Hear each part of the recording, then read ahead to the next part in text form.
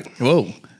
Jay, what's up with your Kilo Tactical Rain Jacket? It's windy. It's been windy the last 3 days or whatever. So we'll call it a windbreaker today. We'll break some wind.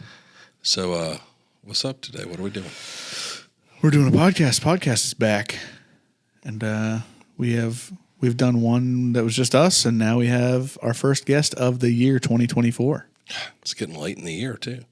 Yeah, that's slacking. That first quarter, it's getting late. It's okay. You want to introduce anyone? Yeah. We have our first guest of the year. We have Jack from Thunder Ranch. Thunder Ranch. Legendary Thunder Ranch. Yeah. Some people might think it's Clint, but that is mine. That is Maybe this one's mine. That might be. Is that yours? Yeah, that's me. Oh, fuck. My bad. Does that seem okay? Yeah, that seems all right. So this one, that one is mine. Ooh, I like that. Yeah. Get right in those eardrums. Yeah, Thunder Ranch. I've never been, but I'm sure we'll get out there here this year. Have you ever been? I've not been.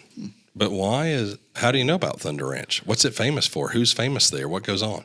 One Clint. That's my dog. He doesn't know me, but that's my dog. All right. So, Jeff, it's good to have you here. Yeah, thanks for having me. Yeah. What's Thunder Ranch, man? So we are one of the most well-recognized and oldest training installations in the United States, I would say is a good way to sum it up. So we do... One of the oldest. How old is that? We're in year 30. We're actually going into year 31 right now. So been around a long time. Yeah. Since you've been in the industry. How old are you? 20. I'll be 29 at the end of the month. All right. So they already had a couple anniversaries when your dumbass was born. That's right. Oh, that's cool.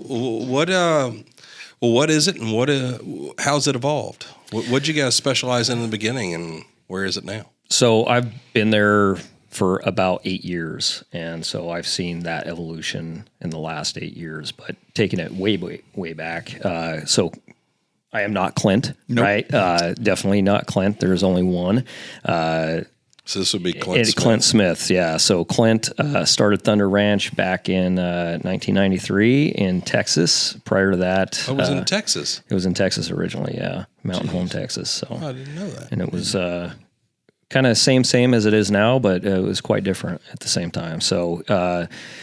Clint had has a storied career because he's never going to retire. Like, he'll be around forever. But he started Thunder Ranch as a kind of premier, you can call it tactical training facility, but it was more than that. It's the doctrine is really what sets us apart from other places. And not to say that other people don't do similar things that we do, but really the way that we approach things and the way that he developed this doctrine has really set the stage for our continued success over the last 30 years and into the future.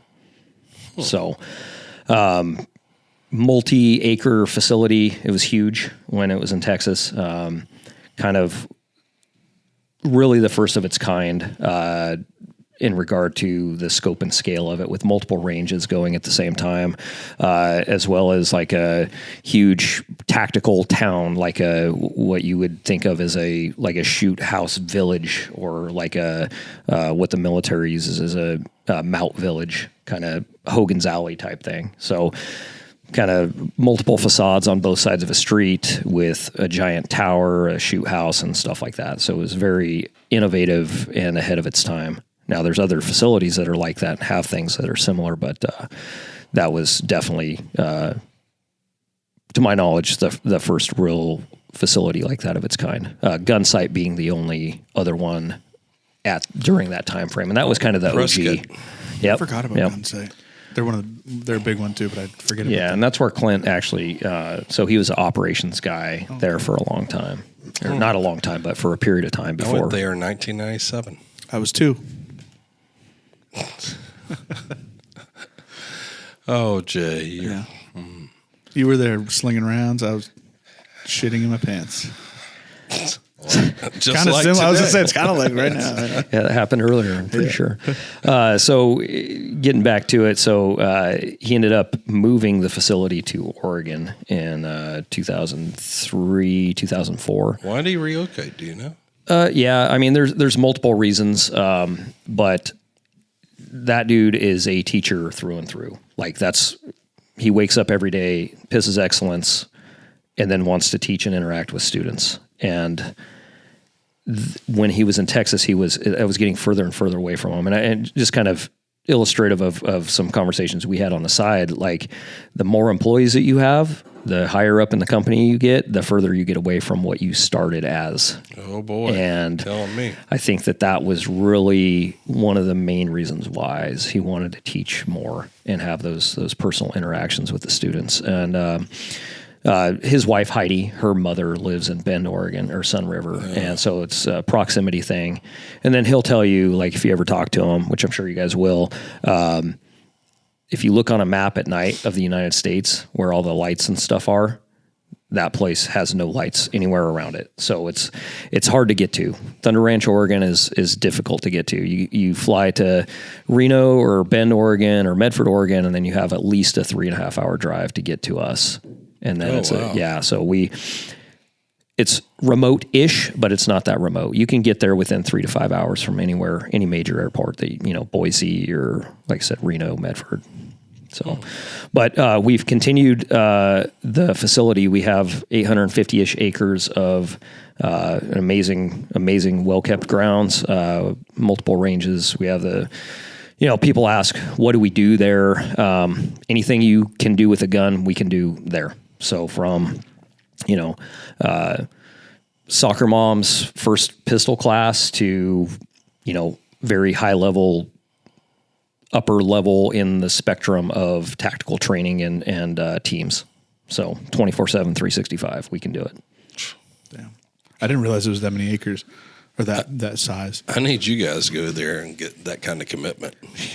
You got 24/7, 365. I got 6'5", 182 over here at my place. So we don't run that often. We are very busy. I mean, we're kind of operating at capacity, but we have the capability to run and do whatever we want, from night vision to high angle rifle, canyon to valley, mountaintop to valley type shooting and stuff like that, which we do very frequently. So, do you have that force on force element that was in Texas, that kind of small little village? Yeah. So we have a scaled down version of that, where we have facades that are representative of things that you can kind of encounter in the real world. So we've a couple of one is, everything has a name there. So we can talk about it and everybody can know and understand what we are saying. So we have a thing called Thunderville that's kind of like a one-sided Hogan's Alley type thing with multiple apertures that you have to, manipulate the rifle or the pistol or whatever system around and engage. So there's a lot of like training elements there with the use of that, as well as a facade called the Punisher that has like multiple different ports. Like it's got parts of it are trees, parts of it are concrete and barbed wire and fences and just things that you can actually encounter and have to work around in a kind of a real world environment. So, as well as a really freaking mind screw of a shoot house. We call it the Think House. It's all the doors are like weirdly opening and at different angles, different lighting conditions. So we can set it up and tailor it to whatever the needs of that specific individual or team or whatever are. So, yeah. Cool. And do you think, I mean, you might not know off the top of your head, but would you say that do you have more civilian students than LE or military, or is it a decent split? Or yeah, so that's a great question. So I think that the image of Thunder Ranch that a lot of people have, or that is portrayed, is not actually true. Like people think of videos of Clint and he's like this, energizing, charismatic character, which he absolutely is in real life, but you only see like this, crazy like soundbite stuff. In reality, it's a very like, we want people to think. That's the basis of the school, is getting people to think, avoiding conflict and confrontation at all costs, right? If possible. So we have a lot of like soccer moms and first time shooters that are, brand new, and we're trying to get them spun up at the ground level and really get them to understand the fundamentals and, understand that a lot of flashy stuff isn't probably what they need to be doing. They need to focus on those fundamentals. So we have a lot of those. Those are kind of the basis of the school, those courses. And people always, guys with experience, like, hey, I was a cop for 15 years. I was a, mill guy for however many years. Can I go to another class that's not a level 1 class? Well, yeah, it says level 1 on it, but it's not a level 1 class. Right. Like, you can go there as a brand new shooter and get a ton out of that class, and get a foundation dug for you, for yourself. Or you can go there as a very high level shooter and under a different eye, a different like supervision, maybe you take something different out of that class. Maybe you focus, and I see that all the time with end users that come through that are, those people I just described. Right. And they're standing next to the soccer mom on the range. They're standing next to the airline pilot, and they're getting a ton of like a different look or a different approach to stuff that they've been taught. And just because you were that guy, like, somebody says, "Oh, I know how to shoot because, or my buddy taught me how to shoot. He was a cop." Oh yeah, that means nothing to me. Same thing with military, whatever the background. Yeah. Like, show me, right? Show me, because just because you did that or had that title doesn't mean anything at all at all levels. So anyhow, the majority of the basis that comes there is civilian with a mixture, and the demographic is different every class, but it's kind of the same, where you'll have that soccer mom, that airline pilot, the attorney, the doctor, and then you have a mill dude, an LE dude, or formers of those. And that's kind of always the same. And then we also have like closed courses where we'll have teams of dudes come in from military law enforcement units, or we'll go and provide training to those teams at their facility. Right. Cool. I think that's a cool thing, because I know there's a lot of schools that people see on Instagram or wherever, YouTube, that look really cool and they're great, but then you realize, they don't do the civilian side of stuff. They're kind of only LE or military, or unless you know someone specifically. So I think it's cool to open all of that up to the public, or as much as you can. Yeah. What do you think you guys are best at? Like, how do you stand out now amongst all these people doing training? I'll go back to the original statement of the doctrine. The doctrine is sound. There's no flash to it. It's based upon fundamentals. Fundamentals win gunfights, in my mind. I've seen many companies come and go, and I'm not saying we're better than anybody else. We've been doing it a long time. Like, I wasn't there for 30 years, but I've been there for a long time, for 8 years, and I've been there full time for 2. And we're continuing to push that doctrine forward, recognizing the evolution of both the tactic, the technical equipment, the capabilities of different individuals, but we always come back to that foundation, those fundamentals, and that sound doctrine of that is based upon the word logic. So if you go to the school there, like, that's one of the first things we have you write down. It's the word logic. And it's not an acronym or anything. It's the freaking word logic. What is the task at hand? What am I being encountered with and by? And what can I do to come out on top of this scenario or this situation? And there's no fluff. There's no flash. If you actually came and tried to make a sizzle reel or something that looks really awesome, it'd be very difficult, because there's no like mag flips and, fancy stuff. It's all freaking foundational tactic. How'd Clint get into this? Why did he decide to start it? What was his background? So Clint came from a family of law enforcement officers. His dad was a police officer. His uncle was a police officer. He was a Marine in Vietnam, got shot, came back from that, and ended up being a police officer for a period of time, and ended up working for H&K. He started the H&K training division after he was at Gunsight, and so on and so forth. And then he had his own gig on the road for like 10 years. So he trained a ton of people. And to give credit where credit's due, like that dude jumped in a van and drove across the United States back and forth for like 10 years, loading all of his equipment in the van and just going and stopping at different places throughout the United States. So if you want a really good geography lesson, talk to that guy, because he knows somebody in every town across there. And he's like, oh yeah, pump handle is next to the wagon tire of, whatever state. And so he did that for a long time, and kind of by with and through that, he started the urban rifle program in like 1983. Up to that point, to my knowledge and understanding, and just based upon candid conversations with him, nobody was really focusing on the rifle at this distance, that distance, the length of the room, the width of the room.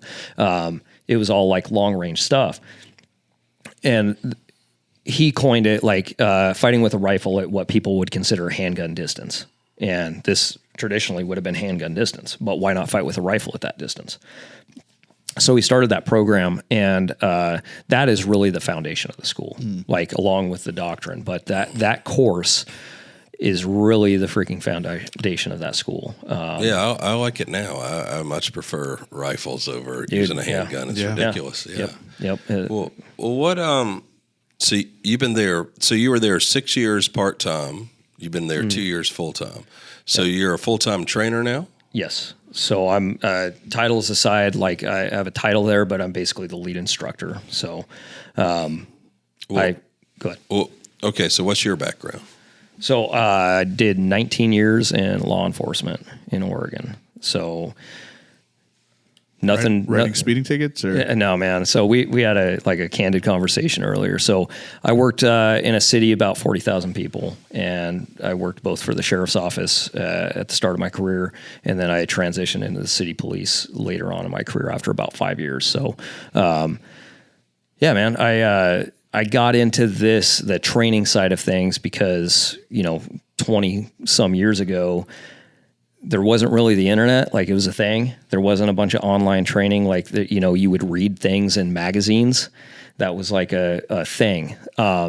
Very little formal training. Like, I recall going to work at the sheriff's office on patrol, and luckily I went to the academy first. So I had an idea on my first day, but my first day of freaking work, like, I got in a huge foot pursuit for literally a couple of miles out in the freaking country with no radio communication. Jay can't imagine that. That was me running. That was me running. You were not running for a couple miles or nothing.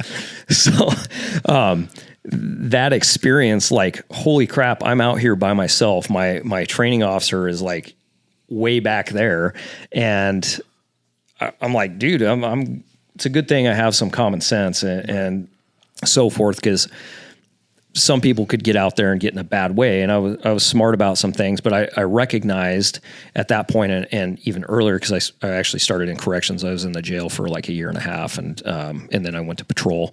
So I had an idea about the types of people I was interfacing with, and actually for people that are like, hey, I'm getting into law enforcement. I don't want to go to the jail. Dude, work in the jail for like a year.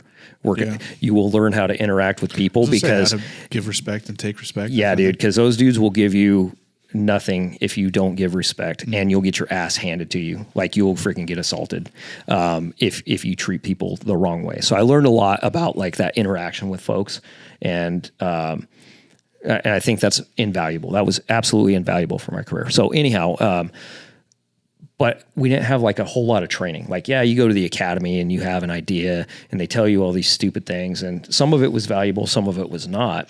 But I recognized that I needed more. And so at that time, like, you would buy a magazine like Guns and Ammo, or, FMG publications had a bunch of magazines, and I would read Clint Smith articles. Like, I'd read something and I'm like, okay. Logic. Like, I just remember reading these things and being like, wow, that's cool. So I took things away from these guys that had all this experience. And so that set the tone for me. Like, hey man, can I put this over to somebody else and help keep them alive? Because it's truly life and death. Like, if you don't have this information, you don't have this training, you don't have this mindset, like you can absolutely be killed because of something that you could avoid. Now you can be just killed. Like we're pretty easy to kill, right? As people in general, like with the right person, the wrong time, like all that kind of stuff. But if you could avoid things by putting yourself in a position of advantage or recognizing the situation unfolding as you're walking forward into this problem, or being able to slow it down, create distance and stuff like that. Like that really, for me at the beginning, I was like, I need more of this information. Like if I can help people. And then I think this is the way it is. Like most law enforcement agencies are small. Like you don't have very many LAPDs. You don't have very many, Boston PDs or NYPDs where there's, 40,000 people or 20,000 people. Most of the law enforcement agencies are very small, like, 10, 15 guys, 40 guys, stuff like that. Like my agency was a 40-person department. And so to get scope and scope and scale of this, when I worked for the sheriff's office, Klamath County Sheriff's Office, 6,000 square miles. 6,000 square miles. And we ran 2 dudes on shift. 2 people for 6,000 square miles. So like driving code 3, like lights and sirens. What's your average time to respond? So, and this is important. Like, so by the time that I got the call, received the call, which is generally after or right before or during the time this bad thing is happening, like get in the car, woo, woo, woo, get out of the way, try not to kill anybody on the way there, try not to get killed on the way there. And it could be up to an hour and a half, 2 hours. And dude, rural roads, like in a old school Crown Vic, dirt roads, snow, like all these factors. It's a cleanup crew, dude. Like you get there and tell me what happened because it's over. Right. Very, very rare to, in that scale, to be, in a rural community or whatever and get a law enforcement presence during an emergency. I went to the City of Clement Falls Police Department after that. It was a matter of poor leadership, right? And that is going to come up with many police encounters that you talk to, or police guys you talk to. But as well as pay. Like, hey, dude, I'm going from this department to this department where I have 6 guys on duty with me. I got backup right around the corner. I'm getting paid better. I got better hours, like all kinds of stuff like that. But that training part, so I went there and that changed how I could interact or interface with this, citizen population. But I would see, like we were talking earlier about, traffic tickets and stuff like that. Dude, no, that's not me. Not a traffic ticket guy. I'm like a respect guy. So if I'm hunting bad guys, I think that's the expectation of the public. Like, what are you out there actually doing? Well, I'm preventing this from happening by interfacing and contacting this dude on this traffic stop or this interaction on the side of the road, on the sidewalk, like before something happens, because I can recognize criminal behavior, not just me, but the average, well-trained, switched-on police officers should be looking for criminal indicators and behavior indicators that lead to that contact. If you're out there giving tickets for people that are going 5 miles over the speed limit, like, dude, that's probably rethink that. Like you want the support and respect of the people at that time. So it does seem, and you made the point as well, but it does seem like it's a reflection of the area you're in. Mm-hmm. Like, I mean, I grew up in a 4 square mile town. Mm-hmm. Like the most you're going to get is a DUI arrest, a speeding ticket, something like that. Mm-hmm. So it seems to be they're not out hunting bad guys because there frankly aren't too many bad guys. It's all old people and me and my friends. That's about it. Like, I mean, where I grew up, but so in a city like in Portland, Maine, mm-hmm. like not Oregon, but even those guys, at least the ones I know, the regular patrolmen, they're not writing tickets. I never see them pulling cars over. They've got other shit to worry about. Mm-hmm. So I guess it's a reflection of the environment. Yeah, absolutely. And I think you get a lot of recognition of the treatment of people too, depending on where you're at and what their actual problems are. So like, you can use a Google machine and just Google Klamath County murders or something, and it's going to come up with all kinds of crazy stuff. I'm not saying it's like freaking Compton or Watts or anything where, guys are shooting it out, but some wild ass stuff happens there, and some very violent things happen on a frequent basis. So I was in like detective division, and per capita, we were the highest level of homicide in the state. And like, I don't know, a few years straight, and a very high crime rate. So they changed the reporting requirements, just of note. So a bunch of places such as that county do not report in the same manner. So it'll skew the numbers a little bit, but it's kind of wild ass, wild place. Yeah, that's a weird thing too. Cause like when I lived in Utah, there was a lot of, like every day I would go on KSL out there, which is kind of like a local, it's almost like MSN, but a local thing in Utah, or even MSN. Even today, if I were to go on MSN right now and go to the news section and go to crime, I guarantee there's some violent crime, a big one that made the news in Utah. Like just certain areas breed violence and I don't know what it is. Cause like what you're describing, for us around here, it's a decent sized city. Like it's similar to Portland, Maine, like you said. But it's still semi-rural. Like what is breeding that weird violence? Everyone just wants to get down. Dude, there's so many like socioeconomic factors and, cultural factors. And like we have culture of violence, just the people who live there. It's just seems to be a rough place. I got really the best people in the world that I really enjoy and like. And then we have this other side of it that is not. Yeah. So weird.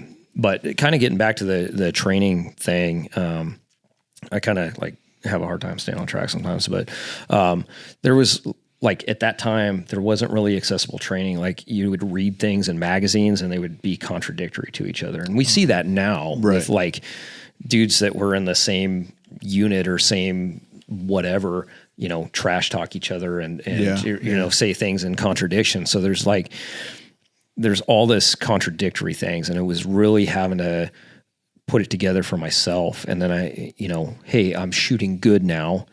Why am I shooting good? Let's break this down a little bit. And so I really having to self-diagnose, because this was before freaking smartphones. Like, you didn't have a camera. Like you'd have to haul out a freaking like Nikon to be able to do anything. So, trying to extrapolate the best of what we could from that written document and the magazines and stuff like that, as well as if you're lucky enough to have somebody that had like a Thunder Ranch video or, Panteo Productions. I don't know if I said that right, Panteo. That used to be a thing. You remember all those like make ready videos and stuff like that. So there was sounds hot. Dynamics. That's all I know. That's like dude, and that was like a big thing that came out and it was like, oh my god, and everybody wanted that. That like people it was dynamic, for lack of a better word, right? And it was flashy and it was cool. And I'm not saying anything bad about it, but it really kind of put some interest back in certain people within like our department and guys that I interfaced with they're also in law enforcement through a couple states. And so that was cool. But, without that, like we had to self-diagnose and really kind of teach ourselves all of this stuff. And then like, say, for instance, I would get good at a thing. Like I got this shooting thing figured out. I can do reloads. I can, clear malfunctions and stuff like that with some sort of ease. And then we'd end up training other people. So I got put on training staff very early, like right away. And within the first year of my career, it was like, hey, you shoot good, so you're on the range staff. Dude, I don't know shit all about teaching people anything, but here I am.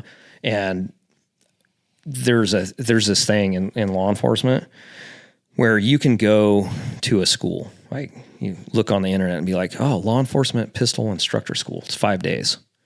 You get there and here's a prereq. You got to shoot a qualification. If you don't qual, they may send you home. They may not, depending on what school you go to.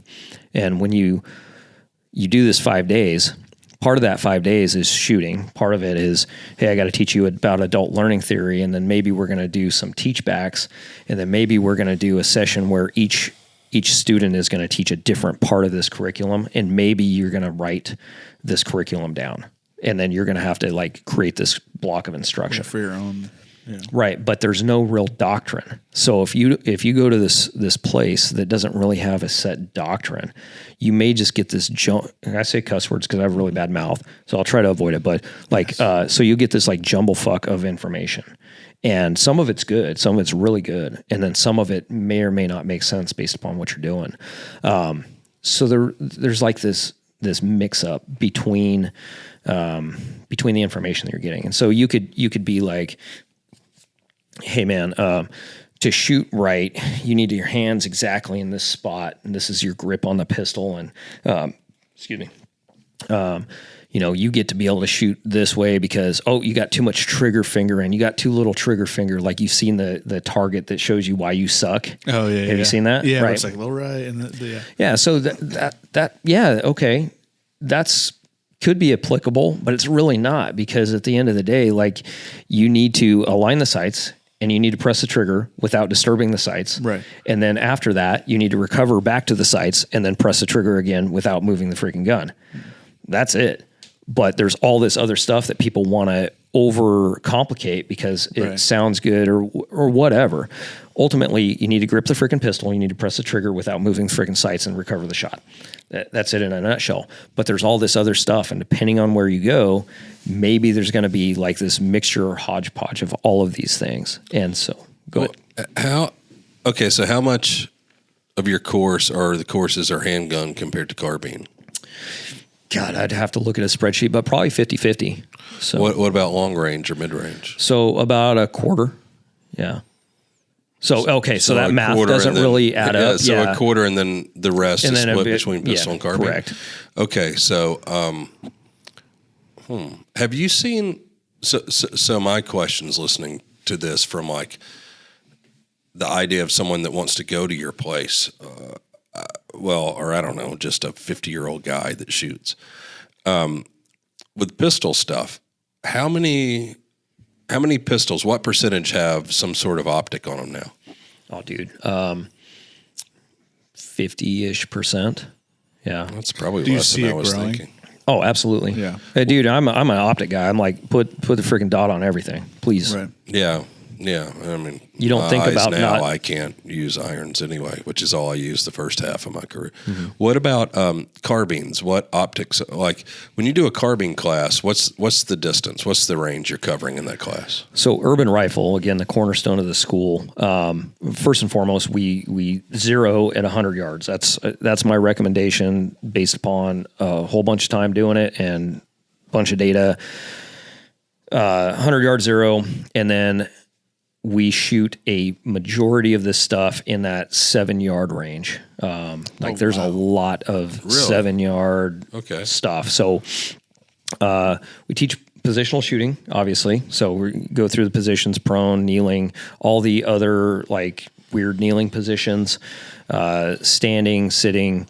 And then we teach the use of barricades. A lot of what we do is based upon the triad of victory, as we call it: shooting, moving, and communicating, not necessarily in that order.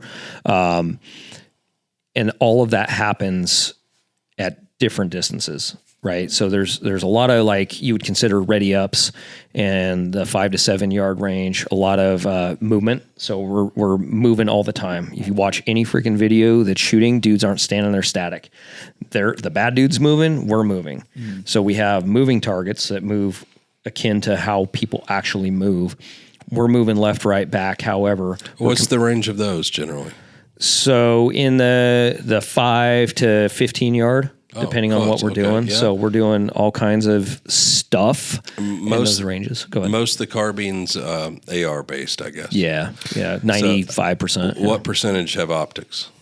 So, dude, again, 95%. Yeah, it's very rare that somebody comes with just irons on the gun. What percentage of that are just dots, no magnification? That's changed in the last couple of years. We're seeing a lot more what people call LPVOs, the 1 to 6s, 1 to 8s. So a lot more of those. I'd say 75% dot, maybe 80%. And then, but again, that number is changing. Oh, but still only 20% with magnification. Yes, but then we have a different class called urban precision rifle that is more geared to the LPVO. So that class is very popular. We sell out of it multiple times a year, and that is built for the 3X magnifier or the 1-8, 1 to whatevers, and that's full. So there's a lot of dudes in those classes. What are your favorite dots? The Aimpoint T2 is that the micro? Yeah, it's the classic one you see all the time. Yeah. So I ran a T1 for over 10 years, and literally it was on for 10 years. Like, I'd change the batteries out. I'd turn it off on the weekends when I went home. But that one, like for my job, like it's in a patrol car or it's in my bag or whatever, if I'm doing plainclothes stuff, that thing, that dot is on, and I can pull it out and I know it's going to work. And so for me personally, the most bomb-proof stuff I ever saw was that. I understand that that's changed a little bit. And again, that was when it first came out. I actually bought it from Noveski. When we got our first Noveski uppers, we were talking yesterday, just sidebar. Anyhow, so I had that one. Then the T2 came out. I didn't see the need to change it. But I understand that like the SIG for XT or whatever. So I'm friends with some dudes at SIG Optics, like engineers, and they're like, this one is a cat's ass. I saw it. Is that one of the American made ones, or is that? I believe it's made in America. Yeah.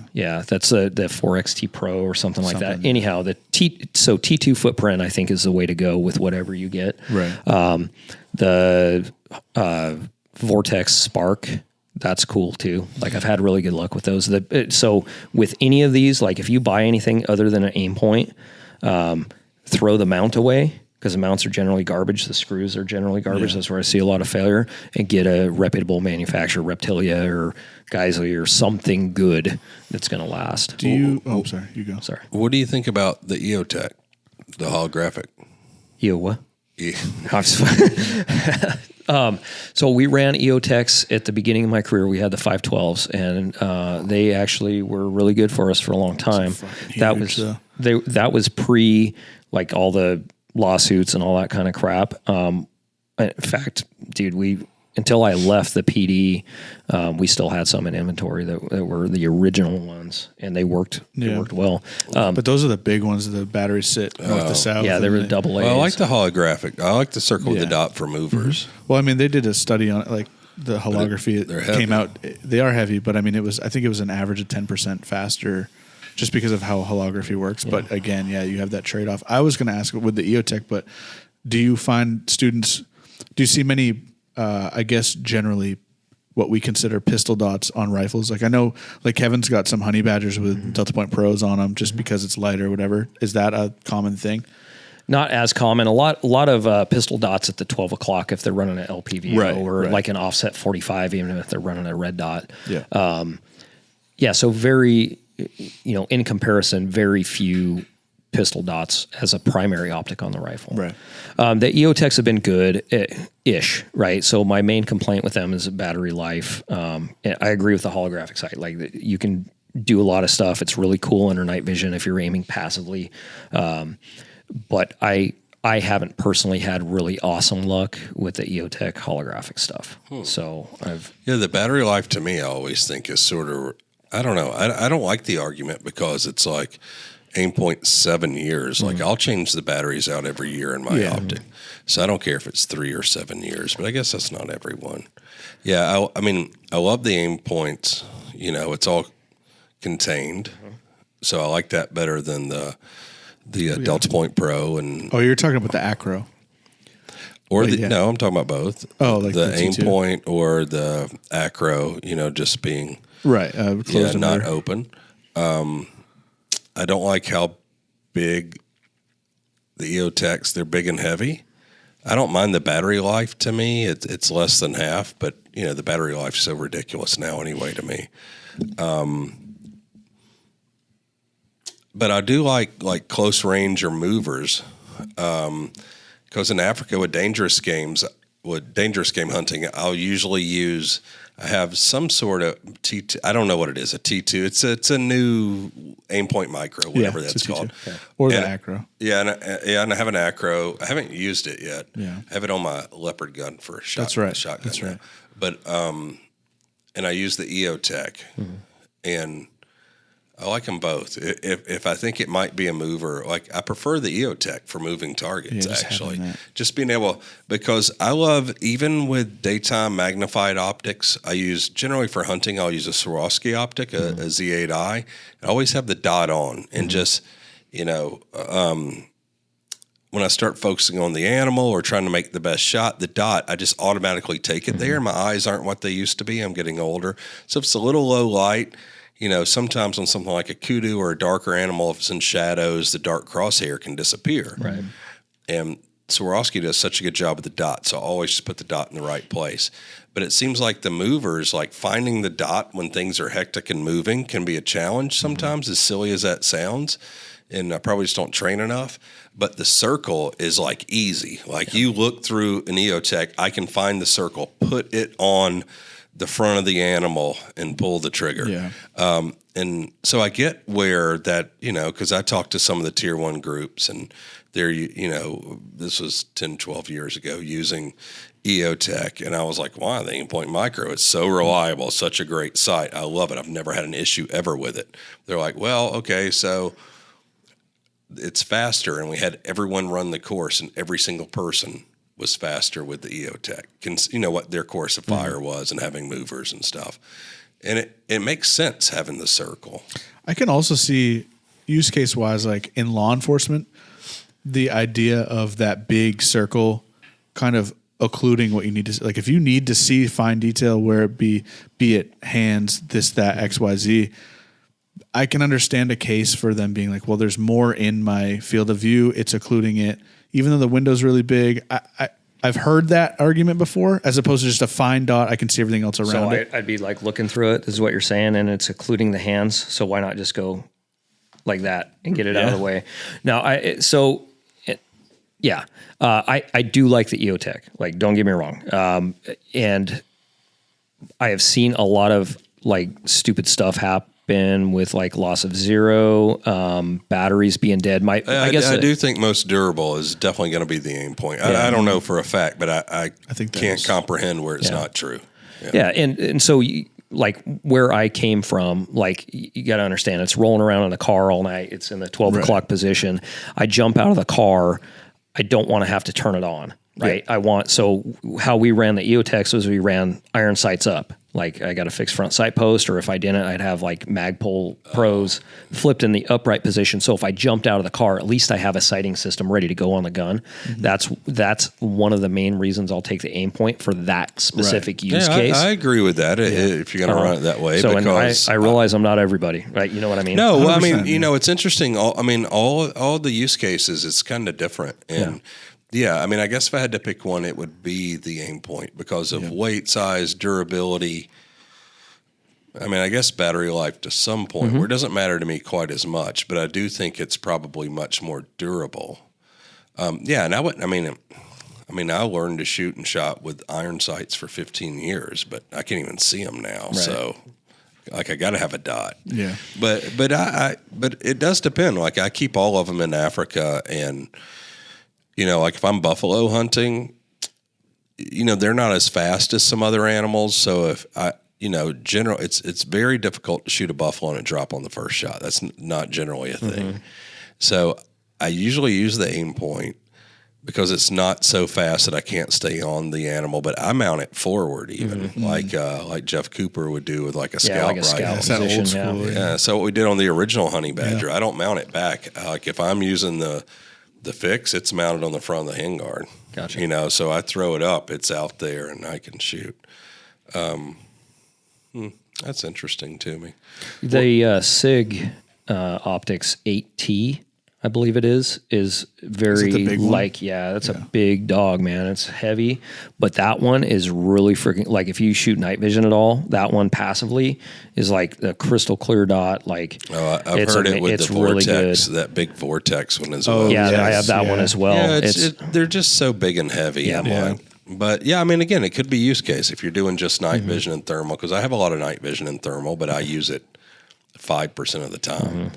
But guys that predator hunt or you do something else, like maybe that makes more sense. But yeah, for me, especially, like I try to keep things light. That's why Another reason sometimes I'll use a Delta Point Pro or an Yeah. Aim Point Micro rather than the EOTech. Like on my honey badgers at the house that I use, they have EOTechs on them. But again, it's just like I can throw the gun up with one hand and find that circle. And you're not humping those guns around. No, Like the ones that I'm in you my walk house. around I ain't with, chasing anybody out in the yard with that. Like, I'm just, that's just, yeah. Another thing too is I never saw it until I came here. Was if you ask anyone here, with the exception of maybe Liam, about backup iron sights, like, do you guys? I guess as a whole, do you live in the camp of backup iron sights, or is it kind of like things that we've talked about before, dust cover? Like, I don't know. So I have a very strong opinion about this. Okay. Okay. I would put iron sights on every freaking rifle I own. Okay. So with the school, we shoot an average of 14,000 rounds a week. I see a lot of rifles come through, and like I have an Instagram page just so I can document broken shit. Right. And I have seen everything break. $4,000, $5,000 Schmidt and Benner break. I've seen friggin' loophole Mark 6s fog up, lose their purge. I've seen everything break. So in my world, I would absolutely freaking have iron sights, a capability on the gun. Not to say that the irons can't break, but I would have a capability on the gun that I can use it regardless of redundancy. technology. Yeah. Yeah. They don't have to be flipped up, Right, it's yeah. personal preference. I don't typically use them, but I do understand. But, I use my gun to save my life, like in my house or in my truck. Right. Like, I'm not a police officer. I'm not in the military. Right. If I were, yeah, probably would. But I don't now. Yeah, I definitely understand both schools of thought. I think it's different too between rifle and pistol. I think a dot on a pistol, if someone were to tell me I took my sights off, I understand it. Like, especially if you're shooting as much as you should be shooting with that. Because going from, it's just like our trigger, going from a mil-spec trigger to our trigger, to get used to it, to shoot it fast or to shoot it the way that we intended it to be shot, you got to shoot it. It takes a little bit to get used to it. And it's the same as if you go from irons to a dot. Yeah, at first, maybe you're not faster with that dot. But once you are accustomed to that dot and you shoot it all the time and you're used to it, do I think you necessarily need co-witnessed iron sights on your pistol? No, I don't think you do. Even if that dot goes down, I think if your draw is consistent and your grip is consistent, you're shooting the same every time, the frame of even like an RMR, the way that the RMR is dished on the top, you put those two prongs on shoulders, you're going to hit, it was designed that way. Yep. So again, very strong opinion about this. First and foremost, I tell people in the class, like, you can do whatever the fuck you want to do. Yeah, of course. This is your life, man. You can do whatever you want to do. I don't care. But here's things that I've seen. So maybe, or that Clint has seen, or the staff has seen, or can point to something actually happening. And so I would say, yeah, do whatever you want. I would have a non-technological thing on the gun to use. And I do teach red dot stuff, alternative sighting methods. I get all that and agree with everything you just said. However, I'm going to have irons on the gun. That's just me personally. Yeah. And I probably will never change my mind. So because of those failures that I see all the time, and then I managing a firearms program and police officers are generally they're not necessarily the most non-lazy people that you see, or they're not necessarily gun guys, right? Right. They're like, oh, as a cop, okay, so you shoot. No, they don't. As a whole, or not as a whole, but a lot of dudes. So there's people that may or may not pay attention to say I got a weapon light. So part of my daily thing, if I got a weapon light on a gun, I run a pre-flight inspection on everything. So is the light working? Yes. Is the dot on and set at the appropriate brightness? Yes. I freaking chamber check everything, right? So I'm going to check the gun when I take it off and when I put it on. Not everybody does that. And so the chances of something happening, a failure of, everything fails regardless of your favorite dot or company or whatever. Everything has a failure point. So if that happens to be at that time where bad things are happening, then I would like to know that and have a means to go through it. And you don't know what the problem is going to be at what range it's going to be in. Because otherwise I would zero my gun for 7 yards. You know what I mean? Right. Yeah. People think it's going to be this. In reality, it may start as this, but it may change into you being 20 yards away. It's like that kid at that mall that stopped the shooting. Dude, like and 25 so yards or no, it was like 40 something. 40, yeah. And Pretty good with a 40 cal. Yeah. Oh, my man can shoot. Yeah. yeah. So, you know, you don't know what it's going to be. So people often will paint themselves into a corner with things. I'd rather have the capability across a spectrum, right? So, for instance, I'll point to zeros on guns, like an AR platform with a 1.5 height mount. If you ask me, I'd say regardless of grain weight, regardless of other factors, I would zero that gun at 100 yards, right? Because I know that I'm only ever going to hit lower than that dot, right? The point of aim, point of impact is 100 yards, but if it's not at 100 yards, it's going to hit slightly low, and it's only going to be this much, right? This freaking much. But if I zero it at 50 yards, I may be that high over, right? And then at there is that switch. And yeah, dude. So there's all of these things. And again, you can do whatever you want as a shooter, like as an end user. But when I started, like, we did not know what we were doing. We got handed rifles, and that's a whole nother story. But it was like, hey, what do we zero this at? I don't know, man. I don't even know how to shoot this thing. Okay, you were in the Army, right? Yeah. Okay. So what we zero 25 yards. What? Oh, 25 yards. Yeah. You'll hit everything out to 250, 300 yards with a 25 yard zero. Okay, cool. But there was never any proof of that. Right. Like, okay, what's it doing at 100 yards? What's it doing at 150 yards? And now we discovered, like, oh no, I'm shooting over the top of the intended target because of that freaking, you know, because I zeroed it too close. So there's all of this stuff that we pigeonhole or we paint ourselves into a corner with. I'd rather have the knowledge and the capability to do things at many, many ranges rather than only have the capability at this range, right? Because it changes. And I heard you say it before too, and it was in a different discussion, but I definitely understand. And it's not counterintuitive to what we do, because at Q, I think we all agree, like, we don't throw we don't throw shit on the gun that we don't need or that we don't feel that we need just to make it heavier. We don't do that. But I do get the school of thought of, like, if I can have the capability, I might as well use it. The idea of whether it be the dot or a light on your pistol or whatever. So there's a sort of an in-between. Like, none of us put backup irons on our guns. Granted, different use case, like a honey badger or anything like that. No, I haven't for a long time. Yeah. And I, like, even my guns at home, the way that I have them set up, even if I have an LPVO, like, I guess I have a backup iron sight, but it's a dot. Like, what do you think about having a dot backup? I think that everything can fail, and I do have dot backups, but I also put irons on the gun. So then people are like, damn. But I'm not using them. I mean, so it cost me $150 for the set of sights, and they cost me 5 ounces, right? So that versus not being able to use the gun at all if something goes down. It's not a paranoia thing. I just want it to, like, if I had one rifle and I had a backup dot on it and I had the primary as the 1 to 6 or whatever, I would still put irons on the gun. We saw some things in the last few years, like with COVID. During COVID times, the George Floyd stuff, like, dude, I went on Brownells and tried for about a year to buy iron sights, and I could not find them. People had issues fitting toilet paper, right? So we don't know, things like that. Batteries, like, that's a thing. Well, you brought up Reptilia's mount. If you're using that with an LPVO, like, why have iron sights? Because you're not going to be able to see them. If you take it off, you can. You got to have a wrench. Right. So that's a really freaking good point. So one of the things we think about is, like, the standard is like a 1/2 inch wrench or a Torx wrench or something along those lines. So you can always take that wrench, 1/2 inch, cut it in half, like with a torch, stuff it up inside the pistol grip and tape it up or something, right? That is a thing, to shed everything off the gun.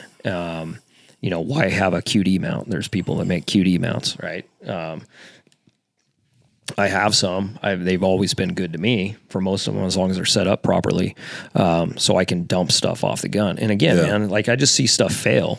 And Yeah. Oh, you mean No, a cutie it's a mount good like point. an arms mount, like a lever? Yeah. Oh, okay. I thought you meant like the What same about fucking- with the low power variable optics? What would you not buy? What would you use? So I think the gold standard when I think of LPVOs is the Razor HD 1:6. I think that one is like, I did not say the best. Right, but That's that's how what I everyone has. compare, everything. I've had one for several years since they came out, and it's been a really freaking good optic.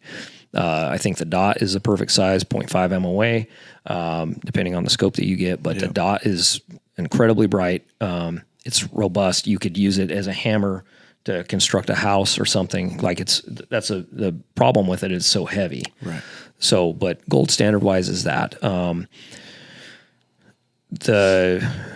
The new Army one, the 1:6 SIG. I've got a couple of those. They're the Tango 6. yeah, is that the what it Tango is? 6. I've got a couple of those. Those are good.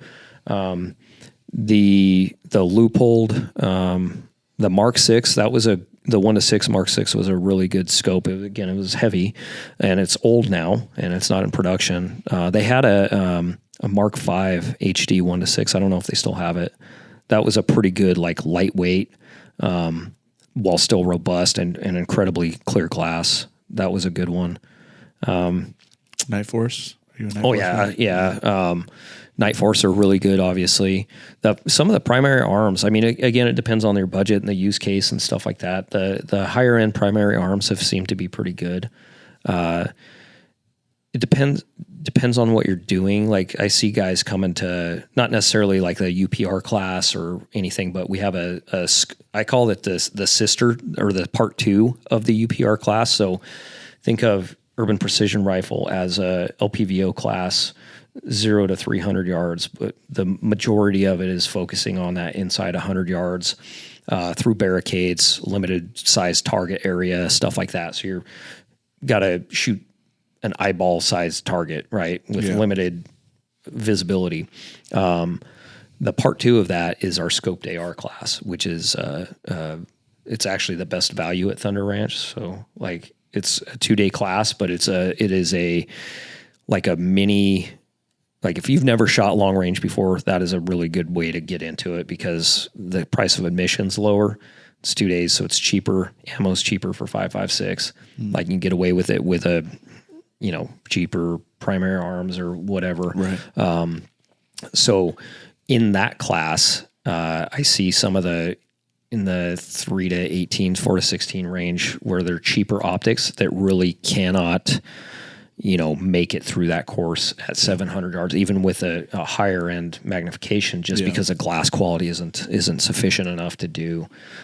So yeah, I like the, back to the, like 1:6, the Viper PST is really good. That's probably the best value in. And that's a more of a hunting oriented line too. It's kind of the same as a Razor. Vortex. I got to hit the head. I'll be right back. You guys continue.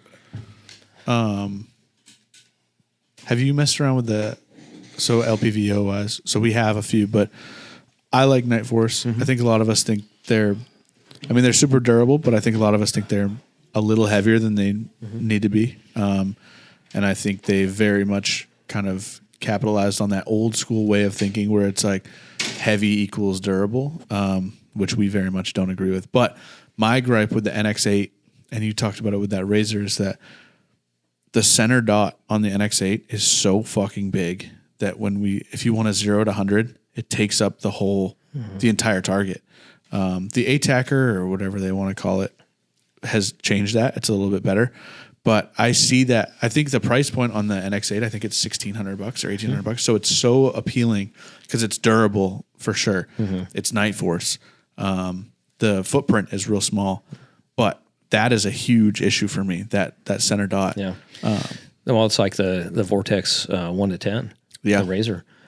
It's a great scope. I don't love the freaking reticle, but they had to make it because at 10x the eyeBox is not as great. Like I was looking at that EOTech 1 to 10, the Voodoo or whatever, and I was like, man, the eyeBox is actually not bad on that at all. No, it's not. It's cool, and I like it's front focal plane, but I like it has a big ass reticle that goes away and then another Exactly. reticle shows up. It's like magic. Yeah. It's like voodoo. It is, yeah. The only thing that Kevin's talked about it before, we talked about a little bit, is at certain magnifications, once you get past 5 to 7, things start getting a little weird.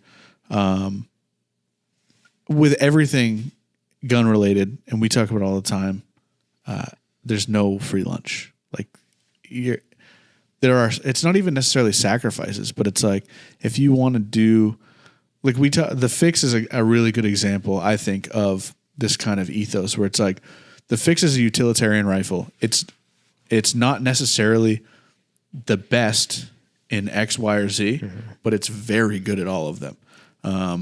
A lot of PRS guys that shoot their 20-pound guns are like, well, it can never be a PRS gun. It's not heavy enough. Well, we've all shot PRS matches and we do just fine. The hunting community, no one has anything bad to say about it in the hunting community because they go, oh, this is way fucking lighter than anything I have. But it's like even our cans too, like our Trash Panda Thunder Chicken. The Trash Panda is a great example where it's like you get minimal POI shift. It's lightweight. It's super quiet. If we wanted to make the quietest can in the world, we could do that, but it's going to be bigger. It's going to be heavier. Or if we wanted to do even lighter, sure, it is lighter, but there's more POI shift. Like we're very much in that utilitarian ideal where it's like there's no free lunch. Like you're going to have to accept that it's 2 decibels louder than this other can, but that other can weighs twice as much or a third more or whatever. And I just think that's definitely in the optics world. Yeah, for sure. It depends on your use case as well. Kind of keep coming back to this. And like when I was in law enforcement, I wanted a can based upon one, if I had to shoot it in a car or a confined space. Yep. Like I don't want it to blow my eardrums out. So it needs to be quiet enough that it doesn't do that. Short enough I can manipulate it without being, 25 inches long. And the flash suppression was of little to no consequence in that environment, right? And it may change if you're doing something else overseas or whatever, where flash mitigation is a thing. So it depends. And for me, like I ran a dead air Sandman K because it fit the 2 first criteria. Right. It was lightweight enough, it was short enough, and it was just quiet enough that it didn't blow my eardrums out, and the flash mitigation was absolute garbage in it. Like there's a giant fireball going out of the front of it, but it fit the criteria that I needed at that time. Absolutely. So yeah, it depends. And we're always trying to get we've had these sidebar conversations, but just to come back to it, dude, you got to carry the thing. Like if you're asked to carry it from your car to the bench that you sit at the range, then weight is of no consequence. Absolutely. If you're shooting PRS where it's an added benefit for a 40-pound gun, then cool. Right. But for the, jack of all trades, utilitarian, like I can use this rifle for different use cases, from hunting to self-defense or, professionally as an armed professional or whatever. I think it fits those roles very well. Yeah. And, and I would say that for everything that you make that I've seen, it all fits a role. Yeah. And regardless of use case, it still does everything pretty good. Right. Right. Yeah. And I mean, I think a lot of people here are kind of number whores, especially the engineers, because that's their world. And before I worked here, and even for a long time, like I still enjoy the kind of the clone world of stuff, and just because I think it's interesting. Do I want to walk around with that stuff? Absolutely not. Like we were just talking about the backup iron sights. You made a case for it where it was like, oh, it's this amount of money. They're out of the way, and it's 5 ounces. I hear that, and that's a quarter of a pound, just over a quarter of a pound. But I'm also used to messing around with guns that weigh 4.5 pounds or 5 pounds, where it's like, if someone was like, I'm going to carry a Mark 18, a flat top Mark 18, so not the one with the fixed front side post, and they say, well, it's 5 ounces. It's like, yeah, but your gun already weighs 9 pounds. Like, are you going to move around? Like, so 5 ounces may not, and everyone's like, oh, just go to the gym, just lift more. And it's like, that's bullshit. Okay, do it all day, carry it all day, walk around with it on your neck all day. Yep. Like 5 ounces that's a quarter of a pound. Like, so I mean, I think most of it's just your willingness to risk. Yeah. You know, like I don't know. I've never been in situations where people are shooting at me. I don't think. But, nor have I. But, well, not because they meant to. But we were very recently, rounds were ripping over our head. Were you at a public range? Public land, right? even worse. Oh, yeah. Public land. Yeah, but you know, at this point, I spend half my life holding a gun hunting. 6 months out of the year, I'm in Africa hunting, and so I'm in the mountains most of the time, or in the bush, and I hunt dangerous game probably 20% of the time. But you know, it's easy for me because I always have, from hunting dangerous game, always have another guy or two with guns with me. But yeah, I like the lightest, most maneuverable thing where I can climb mountains, be fast. And to me, it's like, because you're thinking about, I don't want to put words in your mouth, but like every advantage. You know, and for me, like the biggest advantage for most of what I do is the smallest, lightest thing that can kill something, where I can be as 20-year-old as possible. Yeah. You know, and spry and quick and not get tired. And it's the same, even the hunting, what you're talking about, like you're facing the same thing that we've heard tier 1 operators talk about, where it's like, if they're going onto a target and they're being dropped off, they have to make a 10-kilometer movement before getting to the target. I think most law enforcement stuff, which I'm not positive, but I've worked with a lot of like local municipalities and, you know, all the way up to state and federal. You know, most of it is in a vehicle. There's not a lot of physical after that. So, you know, it's scenarios like when I go, like you guys have a long range course, I want to come do them all because I could never do too many classes. Right. Like I'm such an amateur at everything, and I have more hours shooting and with the guns and more rounds down range than probably most people in the fucking world at this point. But it's like, I mean, I only learned to shoot long range probably 10, 12 years ago. And so, you know, like I didn't start shooting long range till the Horus reticle was already a thing and adopted by tier 1. Yeah. So like I learned to hold before I learned to dial. So I think I'm still an amateur with all of the stuff, but you know, there are differences. Like if I'm going to go shoot 1,500 yards at Jaws Place and all I have to do is hike up the mountain for 500 meters, and I don't have a time limit, but I'm going to stay there all day and shoot 1,500, I'll carry a 20-pound gun.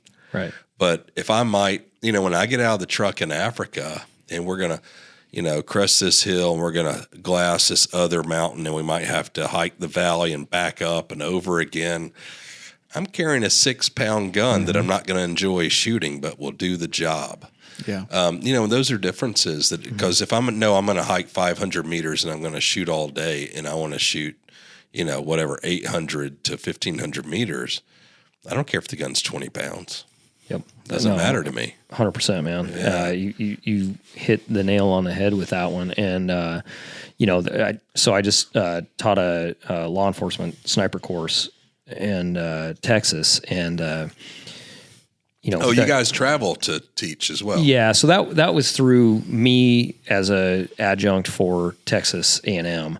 Okay, but cool. But we do a lot of, and I've only done that a couple of times, but yeah, we do mobile classes. That's part of the future of the ranch, is doing a lot more mobile classes. Yeah, that's cool. I mean, it's cool too, because you were saying your place is difficult to get to, and sometimes travel, the expense, or the time is a real limitation. Yeah, especially for like a police department, if they can allocate this small amount of budget, but we have enough for the class, but we don't have enough to travel. I mean, you think for me, if I wanted to send 10 of you guys to Thunder Ranch, the expense of that over bringing you out here to our 500-meter range. Right. Well, absolutely. You know, it's like it'd be a fraction of the cost, like sending all of you guys out. Yeah, exactly. That's what I was mentioning to Jay earlier, actually. That is the vision. And to point, you know, the average person that comes to the ranch, the class is like $1,300. Like the average classes for person is $1,300 Oh, plus that's ammo. minimum. Well, I was going to ask that too. Do you have to supply your own ammo, or you just buy it? So no, that's you. So you're on your own for ammo. You can buy it from us. Probably by the time this airs, if it does, you'll be able to go in the drop down on the menu and buy your ammo, so it's there. Because we use mostly frangible ammo. So for our general classes, urban rifle, the defensive handgun one, it's all frangible ammunition. There's a whole backstory with that, but well, close range, it makes sense. Like, Yeah, I've caught bullets or fragments of bullets a bunch of times. yeah. Well, the real benefit to it is it's all lead free. So lead contamination, like not whatever you think about it. There's entities that can say that it's a deal. Oh, well, that's true. When you're an organization, that's different than an individual, and you have these regulatory agencies. Ooh, yeah, that it's the vein of my existence, really. Like I love almost every part of my life other than dealing with JN marketing, except dealing with regulatory. I got to deal with OSHA, EPA, and ATF, and that's the only thing that ever makes me consider retiring. Only thing ever. Yep. Hey, did I ever tell another point for frangible? So I was doing a class. This was years ago, and the owner of H&K at the time, his son was in his late teens and super into military stuff and loved American military. He's a British kid, and he came over to the U.S. We were at my farm, and his dream, there were two dreams. He wanted to shoot with some of our Tier 1 guys. And he wanted one of their uniforms. And at the time, it was a Cry multicam uniform. So I talked to Caleb Cry, got the uniform sent over. He came over for a couple of weeks, uniform, and I surprised him. I had some guys from some Tier 1 units come down and do a course for us. So the guy running it, at the time, they were just adopting 300 Blackout. And he was a real stickler for all the rules, which isn't necessarily true for all of those guys, but some of them that come from the Ranger Battalion in particular, you follow all the rules. It's like, don't shoot the steel with supersonic inside of 50 meters. So 3-day course, we're doing it all. Halfway through the last day, he leaves, and one of the other guys from his unit is taking it up. But he's from a squadron that was a little more relaxed than the Rangers. And so he's like, yeah, I'd be fine at 35. And boy, I popped a 135 grain supersonic off at some steel, and half that bullet stuck in this kid's neck. Almost killed the owner of H&K's son. Yeah. And it was like, and so his dad's there. And so listen, I don't want to say anything I shouldn't say, but we're in rural Georgia in the mountains, and I'm at my farm, and I'm like, uh-oh. Yeah.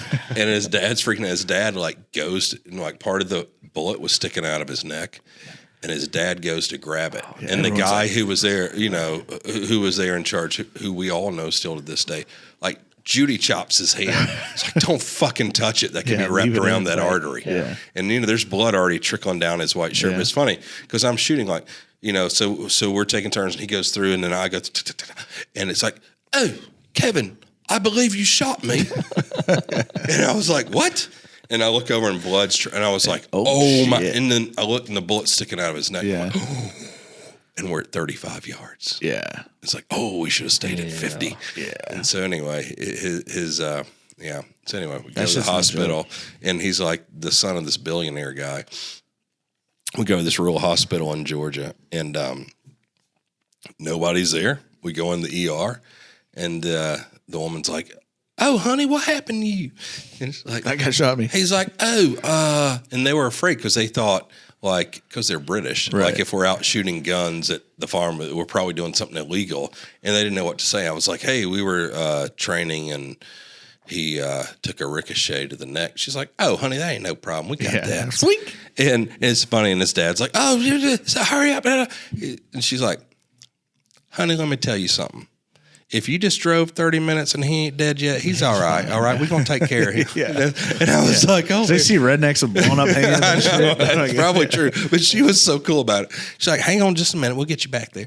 And so anyway, they're like, okay, George, come back here. Oh, probably shouldn't have said his name. Whoops. But anyway, and he's like, okay. And he looks around and is like, hey, George, want me to go with you?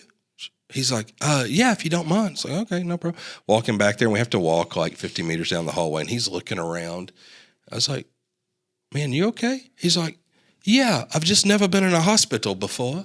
You know, like, they're like billionaires. So they have like doctors come to their house and stuff. It's like, all right. And so then he sits down on the bed and like this nurse comes in there. She comes in there, same thing. Oh, honey, what happened to you? Yeah. Like, oh, he shot me. You know, trying to, she's like, oh, this happens all the time. He's like, well, I'm afraid it's wrapped around my artery. And she's like, honey, it's fine. She just like plucked it right out. Like, but you know, she knew it was far enough away from his artery. Yeah. And so I was like, oh, George, this would be great. You're going to university. So you just tell girls you're shooting with this tier 1 American group doing training, and you got shot in the neck when they ask you what that scar is. Tough as nails. Yeah. So it's like, oh yeah, okay. So he gets his 3 little stitches, you know. And he goes back. So I see him like 6 months later. He starts university and everything, and he's back over here. We're hanging out. I was like, hey, George, man. And I see his little scar. And I was like, hey, you tell the girls at the bar you got shot when you were training with, you know, and that's what that scar is from. He's like, yeah, I did, but it's so small. They said, no, you had a mole removed. You're a liar. Yeah. So anyway, it's a long story, but frangible probably makes sense if you're irresponsible like old KB. I'm surprised even like indoor ranges don't allow, because they say, oh, well, no green tip, but it's like, I told him, like, we were in Virginia on that kid silencer shoot. I've been hit a bunch of times at 25 meters. If they don't clean their berm, it's just metal. It's not tires anymore. It's just a bunch of metal. Like, I got hit with a full jacket in the face. I thought someone punched me. I'm like, what was that? It was just a whole honking jacket. We're over at White Birch doing 8.6 testing. We're at 25 meters, and Ethan and I had 2 in a row zing by us. We're like, okay, we're going to call this. Yep. Zing. 300 grain bullet go whizzing by our heads. Yeah. Have you ever seen Appalachian Emergency Room on Saturday Night Live? It's a skit they've done a couple times. It's freaking hilarious. That's what I have in my mind. Yeah, I mean that was in Apple. I mean, my farm was the southernmost mountain in the Appalachians, so we went north to the hospital. Yeah, so that's exactly where we were. They're used to some shit. So you should watch that. I mean, I'm from North Georgia. Maybe I didn't do the accent, justice, but. Right. I left and went to school other places. It all sounds tried not to sound like a here. redneck my whole life. So it all sounds like loser for us up here. It all sounds like we lost the war to us. Dude, you're from Maine. All right, here's what I know about America. Here we go. Wait, what happened? Why am I all cut off here? Did I just hit something here? Oh, you might have. Jesus. I still hear you. I still hear I need to hear myself give you a hard time. All right, here we go. All right, so you're in law enforcement, and you're very close to a corner of America. Every corner of America is fucked up, and y'all are so ass backwards. And you are one chromosome away from having double-digit IQ. Yeah. I mean, that's close. true for everybody, probably. True. But you especially. Maine, Florida, California, Washington, or Alaska, take your pick. Yeah. Y'all are crazy as fuck. Or Hawaii, too. Lots of good meth in Hawaii. Yeah, y'all, I mean, oh my Lord. Yeah. Like, I was in so to put this in perspective, people don't understand. Most of you don't even know New Hampshire is a state, all right? That's true. But there's 10 miles of land between Mass and Maine, New Hampshire, on the coast. When you're from the South, where I'm from Atlanta. If you're from South Carolina, Mississippi, Alabama, Tennessee, North Carolina, South Carolina, Florida, take your pick. Virginia. All states that lost the war. I don't know where you're from. Lose the war. No, go on. I'm sorry. Yeah, you don't know where they're from. How good's that doing us now? Federal government. That's a great thing. We're so glad we have that. Oh, yeah. Because why? You're going to tell me we'd have slaves if we didn't have the federal government now? Yeah, no, it's true. Tax dollars supporting all you meth head states on the corners. Liberal bullshit. Portland. Jesus. My Portland. Your Portland, his Portland. Yeah. Portland sucked. And it's a shame because they were awesome. They were super cool. They were so good. But I was in New Hampshire for 2 weeks, and I knew if you were from Massachusetts, Maine, or New Hampshire. That's true. Just like being in Europe. I went to school in Spain, and I went to school like 30 miles from France.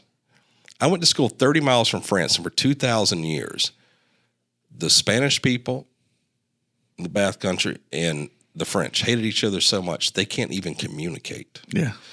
And so it's so weird to me because everyone in the South, we're all the same. We're all cool as fuck. Well, I mean, if you think We're all about when everyone hospitable. came over, all New you England. fucking New England Yankees are so fucked up. Well, it's they came over and they're like, well, I don't have to deal with you shitheads anymore. We'll get our own it's land. just like you're still like Europe, where it's all Well, that's fucked what I up, mean, and yeah. nobody communicates, and you guys are all stuck up and like weird. Maine's pretty chill. New Hampshire's pretty chill. Maine- Mass sucks. Mass sucks the most. Maine's an anomaly though because it's like you look at Maine, you're like, oh, it's especially because of the coast. You're like, oh, There's it's a blue population state, in 2% of the state. right? But and you look at it, and you're like, oh, it's a blue state. But also Maine is like one of the first for constitutional carry.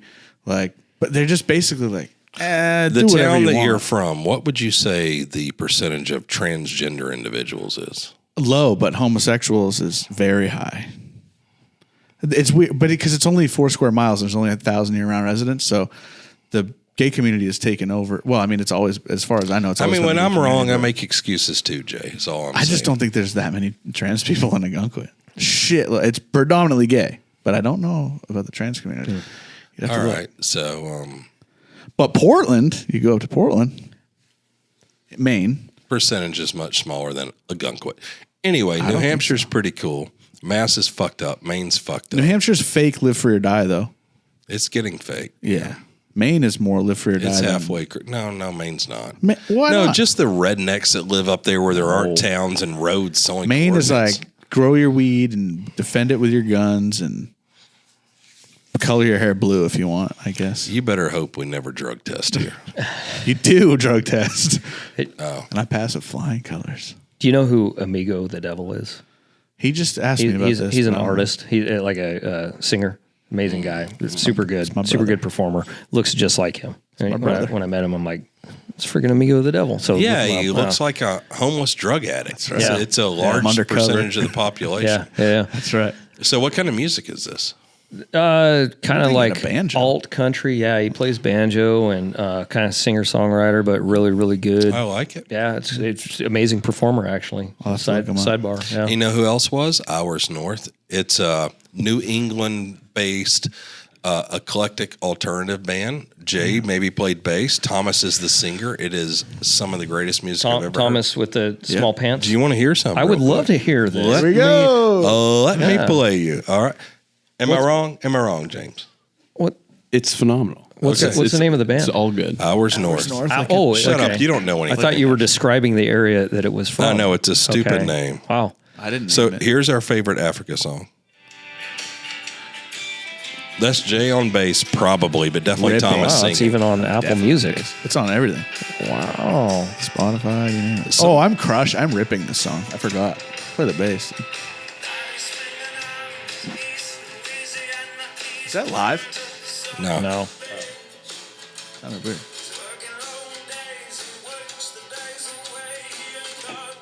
This does get me fired up for Africa. I'm so excited. Thomas is brilliant. It's good. The boys can play some tunes. Yeah. Yeah. It's not bad, man. Not bad. Wait, I got another one I'll play for Okay. you. It's so good. Wait, what's? Oh, wait. Kevin's seen us even play on the live. sound? Tommy's girlfriend's never seen us play live. Kevin's seen us play live, though. Wow. Tommy's girlfriend's and Do people attend these events where you're playing live? Kevin Yeah. attended. He's people. I got a shout out. That was cool. That's right. This one's great too. This one, it's a slow burn, but it picks No, up. we can let it slow burn. Slow burn.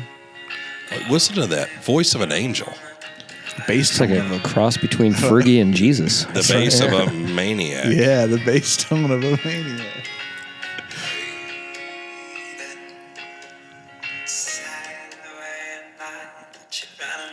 This is a bop. I haven't heard this in a long time. Fuck, Tommy's so good.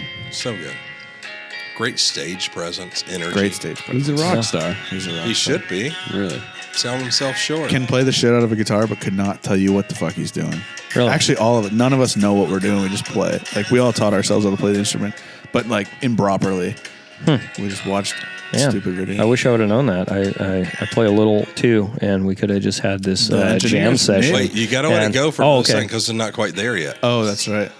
This is not what I was envisioning your music to be. Actually, Well, that's the thing is we You all think grew up. Sonic Death Monkey? Well, we all grew up playing like heavy music, and then we Right. all in different bands. Then we got together, and this is what came out.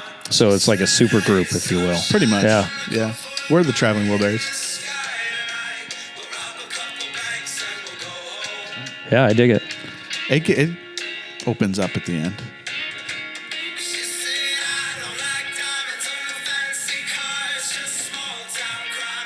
I mean, this song was pretty much written about me. It's a pirate's life. It's literally about you.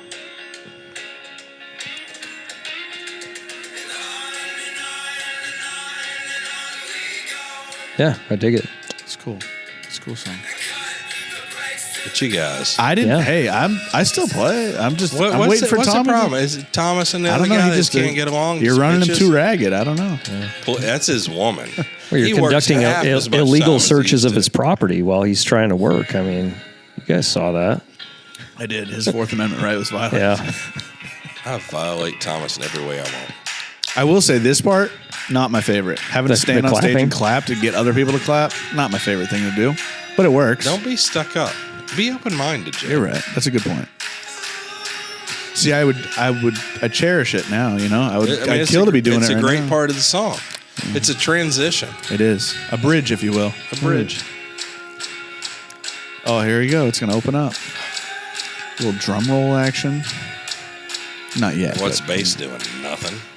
Not anything right now. None of us are doing anything. But now the bass starts coming back in. You just can't hear because it's on a phone speaker. I can hear the bass. You can Just hear kind the of bass. boom, boom, Yeah. boom, boom. Now here we go. Okay. This one. It's a great song. This is a good song. One of our most listened to. All right. You don't have to entertain us anymore. Oh, We'll dude. be fine with Okay. it. But so Feel that's free to easy. download that album. Freaking Apple clowns. Music or Spotify. Pay us our 0.0003 cents. That's how much we get. Well, you should have tried harder. But I think they forgot to log into it, so we can't collect that money ever. That's horrible. It's like probably the guy that millionaires. lost his Bitcoin Yeah. password or whatever. Yeah. No, Ethan did that. Ethan had Bitcoin on a computer that he lost from 2010. I forget. I think it was 50 Cent bought it one of his team members told him to invest in it. It was 15 years prior, and then they looked, and then he ended up having 500 grand or something 5 million or something crazy. Ethan calculated his, and it was like that. It's like $500,000 or $1 million. Crazy. My oldest son was like, "Hey, you need to invest in Bitcoin," and he was 12 at the time. I'm like, "Shut up, go away. This is fake money." Cool Legos. Yeah, and now I'm like, "Yeah, Jacob, you gave me really good advice financially, and I should have taken it." But want to finish a couple thoughts before I was just thinking of them. So real quick, I think I overstated my county size. I think it's actually 4,000. I'm confusing it with Lake County where Thunder Ranch is, and that's 6,000. So in case somebody was like, "That motherfucker," Yeah, he's not Yeah. even a real cop. Yeah. Stolen valor. so Fuck those guys. yeah, They man, got too much time. Yeah, Oh, I got to show you a picture later that just reminded me. I was thinking of Redditors. I got to show you a picture later of some guys that showed up at the event we were at. Just prime what a Redditor is. They started shit. No. They just showed up. They were there. They loved our stuff. But I'm like, oh, this is the epitome of who we make fun of. But they were nice, very nice guys. So I won't air their photo in public, but yeah. So, we were talking about training and talking about the ability of somebody to go, a police officer to go to a law enforcement handgun instructor course, and you can go there and be an instructor. You get a piece of paper, and that piece of paper will allow you to teach many other people for a period of time, usually their whole career. That may be the only class they go to their entire career because that's going to be the guy. Right. Because of funding and time and all of those things. And it can be really bad.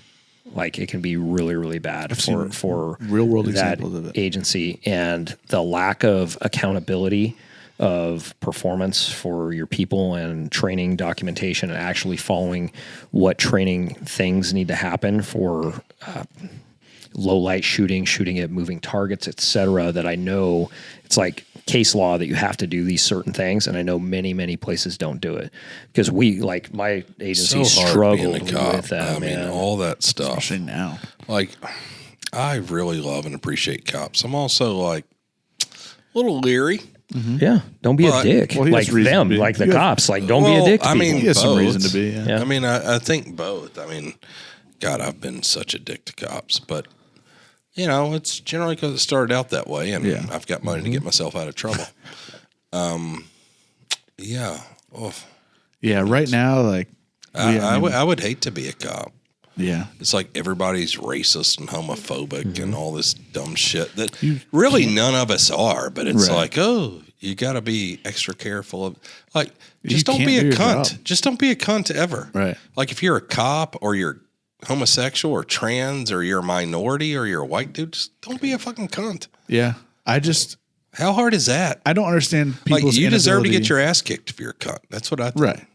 I just don't understand people's inability to fathom. Like they don't get why cops would jump to conclusions or be jaded, and it's like every person you're encountering nowadays doesn't like you, is recording you, is lying to you, And is innocent. right? Yeah, exactly, and is innocent. So it's like humans are humans. Like it's only.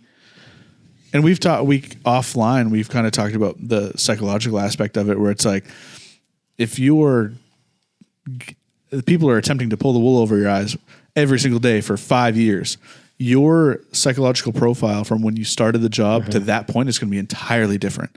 And how do we fix that, or how do we alter? How do we change? How do we kind of improve on that? So that's actually that's kind of up my alley. So first and foremost, people will be like, yeah, cops are racist, da da da da da. Dude, I'm telling you, like I've worked with and continue to work with police officers from around the country. I mean, I don't know. Cops aren't a race, but just saying any entire demographic is one thing is just so fucking ignorant. I don't even listen to it. Yeah. Like, I don't know. There's tons of cops that I can't fucking stand and don't trust. Same. And Me there's too. tons of cops that I know and love, and they're just like normal dudes. It's like any other race, profession, ethnicity, you name it. Except for firefighters, apparently those guys are. well, No, those guys are a bunch of- a larger yeah. percentage of them are cunts. Yeah, I know. have Those one are America's heroes. I have one that's a neighbor, but yeah, I mean that whole thing, like, oh, cops are all like, how do you do that when people say, oh, the government's out to get, like, who in the government, like, Yeah. Or it's like even what- the neighbor what- thing, like, oh, my neighbor's an asshole. Does that mean everybody, like everyone that lives around you is an Right. asshole? Like, it doesn't make any oh sense. God, I just don't like people. Yeah, it's generally just people in general. No, man, ignorance. You get these guys, and truly, you have people that go through hard things together. Usually have camaraderie, regardless of stuff. And dude, like, I don't know. I loved my job because we would sit around like this, and there'd be a group of us of all different backgrounds and everything, and it didn't matter what race. We were shit talking each other. Like just the most horrible jokes about people's moms and this and that, and it's all like high fives and shit, and then you go to work. The thing is, it's stereotypes. It's not race. It's not sexuality. Yeah. It's not gender. It's not any other thing. Like, stereotypes exist for a reason, and they're fucking funny when you make a funny joke. Yeah. Like, I want to have fun in life, and if you're a cunt, I don't like you. Well, a lot of Like, it goes. I don't care either. But it's funny when, like, little Josh from CGS said that he came to see me in Atlanta and I was racist Oh yeah, that's and right. all that. He's And not on like- Reddit anymore. Like, Apparently. at the time I met him, I had a black girlfriend. Yeah. And then, like, because he's a fucking liar and an idiot, and his company told him to get off got social found out. media. Yeah, he got found out. So, all of those things are, but that's what I found at 50 years old. Just like, if you're a cunt, I don't like you. Well, it goes back to what you said about with Thunder Ranch, the idea of basic things like logic. Like, we could go on forever about language, but like, I personally have this idea of like, language are sounds we make to convey intent. And I think it's pretty easy to understand, to pick up someone's intent based on what they're saying. If you can very easily tell that there's no malicious intent and you become offended, I believe that's a choice that you're choosing to become offended about. Well, to me, you're homosexual and I love you. Yeah, you seem very nice. Jordan works here. He's black. Right. And he's one of my favorites. Yeah. Thomas, also homosexual. Don't care. Right. It's like, you guys aren't cunts. yeah. We're all cool. Yeah. I don't, I hope I don't get stolen valored by the gay community. I hope they're not like, he's not actually gay. I don't think they want to claim me. Well, I don't, you're right. And I need to apologize. Because if you're a girl and you experiment, you're not gay. But if you're a dude and you experiment, you're gay. How many bridges do you have to build to be a bridge builder? So there we go. No. Anyway, well, I have to go. My ride's here, and I don't drive because I'm fancy and have a driver. I didn't know what time it was. So you'll be here tomorrow. I'll be here tomorrow. All right. Yeah. So I'll be here tomorrow. Jay, Yeah. gay, straight, Maine, New Hampshire. I love you. I love I'll you. I take it appreciate either. you. And your home is always here. No matter how many times you leave and come back. Thank you. I appreciate that. And I'll always be back. Eventually, I believe it. But that's so great. I learned some stuff. Yeah. Set some dates up for us to go Yeah, we're out gonna go there. out there. Like, I want to learn. Oh my Lord. Yeah. Like, I want to have you out. You guys are like in line with our methodology of things, like trying to innovate and get things light and robust and durable and make them work. Well, it's so cool regardless. because to me, I don't have an agenda. Like, I want to make the most innovative and the best quality stuff. And willing to take the time to do And it the right way. I have been shooting and doing classes for 31 years. And I look so forward to every one of them because I want to learn. I want to get better at what I do. And for me, selfishly, it's like, I don't, like, if you break into my house, you're probably getting fucking shot. Like, Yep. I'm probably Rightfully okay. so. Like, I got thermal, I got night vision, know how to shoot, I got guns ready. It's okay. Come on in. Yeah. Like, we'll see how it turns out. My house is a little bit of a maze, and I probably have the advantage. But all these things for hunting and shooting and practicality, like, every little percentage I can learn, I get better. exactly. And I love it. And as much as I don't like our industry and I talk shit, I cannot get enough of firearms and shooting and learning and getting better. And anything I can do, and like what you guys are doing, that's exciting to me. And just in its purest form, like, let's just be practical, let's be better. Yeah. And we'll find ways to work together as well. And, Yeah, and it's each of us wonderful. will bounce off each other. And it's Yeah, only man. going to, that's what we should be doing as an industry. Very, very impressed with the engineers. And, I talked to you Thank and you. you took me through a bunch of the stuff yesterday and I'm like, yeah, this is cool. And then we deep dived a bunch of things last night. Like I built a fixed rifle yesterday, right? And just talking to the engineer on that design or did a lot of designing on it. I was like, man, this is like really freaking smart. Like, and I deal with a lot of guns and a lot of stuff. And I was kind of like, I was very impressed and continue to Thank be you. impressed by this team here. So Thank no you. bullshit, like not whatever. You're doing Yeah, take you're them to the doing factory. great things. So Thank you. Impressed. Well, thank you. We try hard, and it's hard for people because, I have an online persona or whatever. But, I could have retired 15 years ago. Like, I still do it because I want to be the greatest, most innovative gun company ever. Doesn't mean I want to be the biggest. I don't want to be SIG. All right. I want to be HK in their prime, like we were talking about. And our engineering team, they're the best. And I believe in them more than they believe in themselves. And I don't just talk shit. Like, I put my money where my mouth is. I don't take money out of the company. I put it into, advancing our innovation and technology. And they get all of my money. And I expect a lot out of them. But it's also why we can hire anyone. And why you see different products, why shouldn't we have a shorter bolt throw so you're fast on follow-up shots? Why shouldn't the gun be lightweight? Why shouldn't you be able to switch calibers? You got to start from the beginning, and most companies don't do it because it's expensive. Like, we've got, I don't know how many engineers, we got 3 new ones coming in. So, we got a dozen engineers with 65 employees. That's never happened in our industry. It's also like, I make less money than I made 30 years ago. Right. It was simple when we had no overhead and 1 employee and I got half the money. And I was fortunate, like selling the first company to Remington. I live a basic life. I have a house, I have a truck, I have a company. I want to go to Africa a bunch. That's all my money. Everything else is paid for. And everything else can go into the company. Like, I don't need more. But I think it's my lust and love for innovation over my lust and love for more money. You know, I've had more money in my life, and my life wasn't better.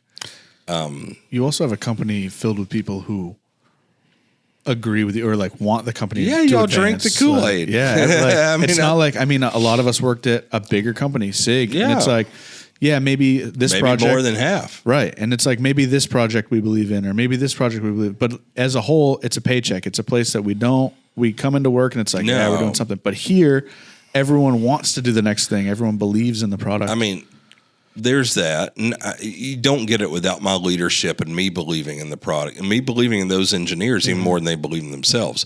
But also you guys, like, you're not fucking numbers. Like, I take personal interest in all of you. Like, your fucking ass has been here 3 times. You go on sabbaticals. That's and right. you come back and I'm like, God damn it, Jay. But, you know, it's like you got value and I love you and I'm personally invested in you. And you provide something other people here can't provide. So you always have a home. Yeah. And, you know, that's not a thing if I'm chasing money. If I'm Marty Daniel, if I'm Ron Cohen, it's not a thing. Yeah. You know, the thing is the bottom line. I'm like, I don't know. I want to have this company until I die. And when I die, it goes to the employees. If you guys want to fuck it up, you get less money. Like, okay. Like, Daddy gets a big piece of chicken. That's right. Like, we're good. We make good product. We sell a lot of product. We make a lot of money. I get the majority of it. Mm-hmm. I put the majority of mine back in the company. Yeah. I don't have to. I do.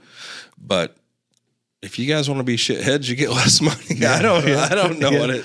Well, everybody seemed very invested in it. Like you know, most of the place cleared out last night at like 5 o'clock, right? You know, people the going engineers home will be here till 10. Dude, those night. dudes were in there just working and you know they were still continuing to do stuff and work, and I was just like, I was very impressed. So you know what's so cool for you to say that is Nick Schaefer, who was the head of the Fix Project. Mm-hmm.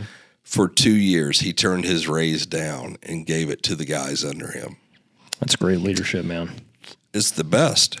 And those guys, you know, like I get emotional about it because I love them.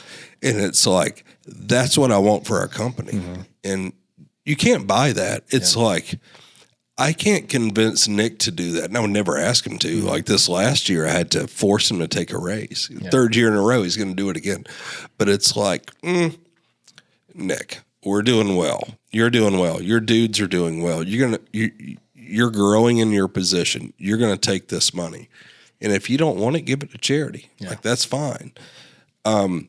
But when they're willing to do that, you know, like, I know we're doing the right thing. Yeah. And you know, other companies aren't going to do that. And I know it. Mm-hmm. And it's like, I'll get emotional and be passionate about it every fucking time. Yeah. You know, because this is what I want, my passion. I can see our vision. And it's like, you know, all the engineers or most people here can go and take other jobs for more money. But we're building something that means something. And, you know, it's like once you have enough money, like more money is almost just as much of a problem as not enough money. Mm-hmm. And I understand that. But like working for something, having a purpose, believing in what you're doing, that's the most important thing. And, you know, like I see it now that I've got those guys to believe it and understand it. And it's like, fuck, we can do this. And all right, how many more years do we have? Like, I'm 50. Mm-hmm. Like, I probably... You're almost dead. Yeah, almost dead. But maybe 25 or 30 more years. And so these guys, if they're 30, you got 45 more years. Yeah. You know, if you're 40, you have 35 more years. Like, what do we want out of this company? And, you know, like, we can all have more money. Fucking cool. All right, what do you guys get? You know, we have a shooting range. The engineers have never been turned down for money ever in their lives. If they want a 3D printer, if they wanted this or that, or a babysitter or a sandwich maker, you get it. I'll give you whatever you want. What I expect is you to dominate the fucking world. Yeah. All right, we can't be competitive with SIG or Daniel Defense. We have to be better. Mm-hmm. So if we do something, it has to be the best. That's what I expect of you. Whatever you need to accomplish that, you do it. If that means you can't, because I couldn't accomplish all the things I needed to accomplish, so I hired all of you guys. If you need people, if you need equipment, if you need whatever you need, if you need money. If you need beer, whatever the fuck you need, you tell me, you get it. But I expect you to produce. Yeah. And that's a whole difference too between like when I worked at SIG, the only time I ever saw Ron Cohen or even the owners was at like the yearly meeting with everyone, or the owners when they walk through and everyone tells you shut the fuck up, the owners are coming through. Like here, everyone knows you. Like regardless of what people say. Yeah, I have a personal relationship with everyone here. Everyone knows you, and you also ask people about their department, their project, and you tell like I never spoke to Ron Cohen. I speak to you every day, and like you tell every single person, what are you doing? Once you find out, you tell them, don't be afraid to fail. Like you remind us that you just want us to do our best, and you want it to be the best. And if we fail at it, that's okay, but we have to do our best, and we have to re-engage that and figure it out. If you're not failing, you're not trying, and I don't want you here. Right. Like if you're an average employee, I want to replace you. Yeah. And that's not, I don't care about people, but it's like if you come here and you understand who we are, you want to be exceptional. It doesn't mean you have to be the smartest guy in the world or whatever it is, but you have to want to be the maximum of what you can be. Mm-hmm. And if you're not, then you should probably find another place to work. And it's great. Mm-hmm. There's people who just want a job and they want security and they want all that, and that's fine. But this might not be the place for you.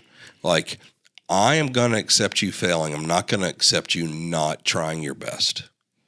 You know, and yeah, I mean, and I put my money where my mouth is. Mm-hmm. Like, I mean, I pick all kinds of fucking projects that we probably shouldn't do, like 8.6 or you name it. Like, Yeah. I mean, the fixed rifle in general, I mean, it's something I wanted and I think is needed, but maybe I've not been that good at explaining or marketing the product, but it's necessary. And I think the fix is something that, when it's 20 years old, we'll gain acceptance and everybody will understand 100%. it. We're not going back to the Remington 700. That's fucking dumb. But people are hanging on to it.